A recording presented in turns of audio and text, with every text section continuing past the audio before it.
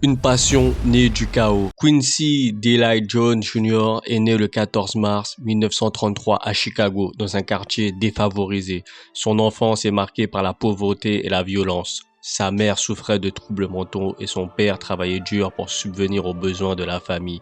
Ces expériences difficiles ont forgé en Quincy une résilience inébranlable. À l'âge de 10 ans, il trouve refuge dans la musique. En explorant un centre communautaire local, il découvre un piano et en un instant, sa vie change à jamais.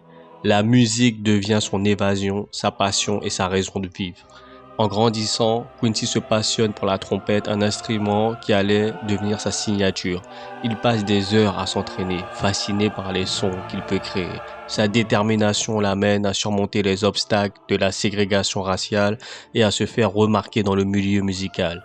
Alors qu'il n'a que 14 ans, il rencontre un autre jeune musicien prometteur, Ray Charles. Ensemble, ils commencent à jouer dans des clubs de Seattle, créant une amitié, une collaboration qui allait changer la face de la musique américaine. La quête de perfection. Dans les années 1950, Quincy Jones fait ses débuts dans l'univers du jazz. Il joue avec les plus grands dont Lionel Hampton, Dizzy Gillespie et Count Basie. Il devient rapidement un arrangeur et un compositeur recherché, impressionnant ses pairs par son talent et sa capacité à transcender les genres musicaux. Cependant, ce n'est pas sans sacrifice. Quincy se souvient de nuits passées à écrire des arrangements sans dormir, simplement pour saisir chaque note parfaite. La musique n'est pas juste une carrière pour lui, c'est une quête de perfection. À cette époque, Quincy part pour Paris pour étudier avec la légendaire Nadia Boulanger. Cette expérience est transformative. Il apprend à maîtriser l'art de l'orchestration et à comprendre la profondeur émotionnelle de la musique. Il devient l'un des premiers musiciens afro-américains à briser les barrières en Europe, mais il est toujours confronté au racisme et aux préjugés en rentrant aux États-Unis. Malgré tout, il refuse de se laisser décourager. Il travaille plus dur que jamais, déterminé à se faire un nom dans un monde qui n'est pas encore prêt à l'accepter. Une nouvelle ère. Dans les années 1960, Quincy fait la transition de musicien à producteur. C'est un pari risqué, mais il sait qu'il a un don pour entendre ce que les autres ne peuvent pas. Il commence à travailler avec Frank Sinatra, une collaboration improbable mais qui va marquer l'histoire de la musique. Leur première rencontre est un moment mémorable. Sinatra le prend sous son aile,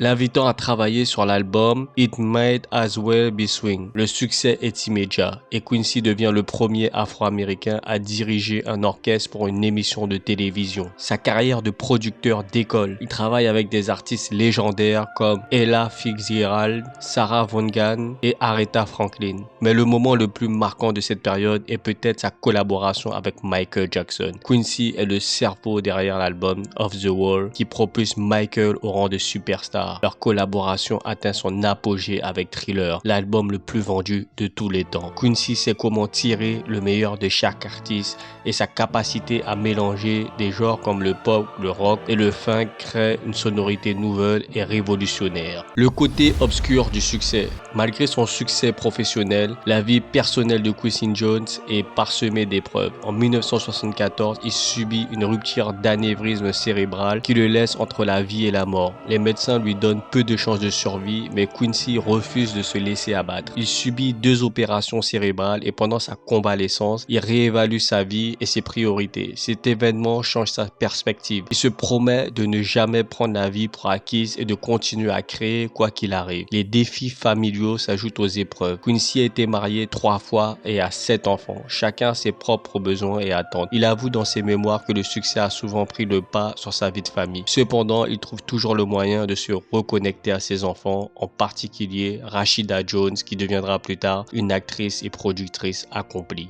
Les bandes originales et l'exploration cinématographique. En plus de sa carrière musicale, Quincy Jones se lance dans le cinéma. Il compose des bandes originales emblématiques comme celle de The Pawnbroker, In the Heat of the Night et The Color Purple, pour lequel il est nommé aux Oscars. La musique de film devient un moyen pour lui d'explorer de nouvelles dimensions émotionnelles et de toucher un public encore plus large. Il est l'un des premiers afro-américains à être nominé pour un Oscar de la meilleure musique, un accomplissement dont il est extrêmement fier. Son travail sur The Color Purple avec Steven Spielberg est particulièrement significatif. Il compose une bande sonore qui capte l'essence des luttes et des triomphes des personnages tout en honorant la culture afro-américaine. Ce film est un tournant pour Quincy. Il trouve qu'il est capable de raconter des histoires à travers la musique, de faire ressentir des émotions profondes et de laisser une empreinte indélébile dans l'histoire du cinéma. Un appel à l'unité. En 1985, Quincy Jones prend part à un projet ambitieux, We Are the World. Aux côtés de Michael Jackson et Lionel Richie, il réunit les plus grandes stars de la musique pour enregistrer une chanson caritative destinée à lutter contre la famine en Afrique. C'est un moment historique dans la musique, non seulement pour la cause qu'il soutient, mais aussi pour l'unité qu'il symbolise. Quincy dirige l'enregistrement avec une maîtrise inégalée, parvenant à canaliser l'énergie et le talent de chaque artiste présent. Le succès de We Are the World dépasse toutes les attentes. La chanson devient un hymne mondial rappelant à chacun l'importance de l'empathie et de la solidarité. Pour Quincy, c'est plus qu'une chanson, c'est une déclaration d'amour à l'humanité, un appel à dépasser nos différences pour construire un monde meilleur.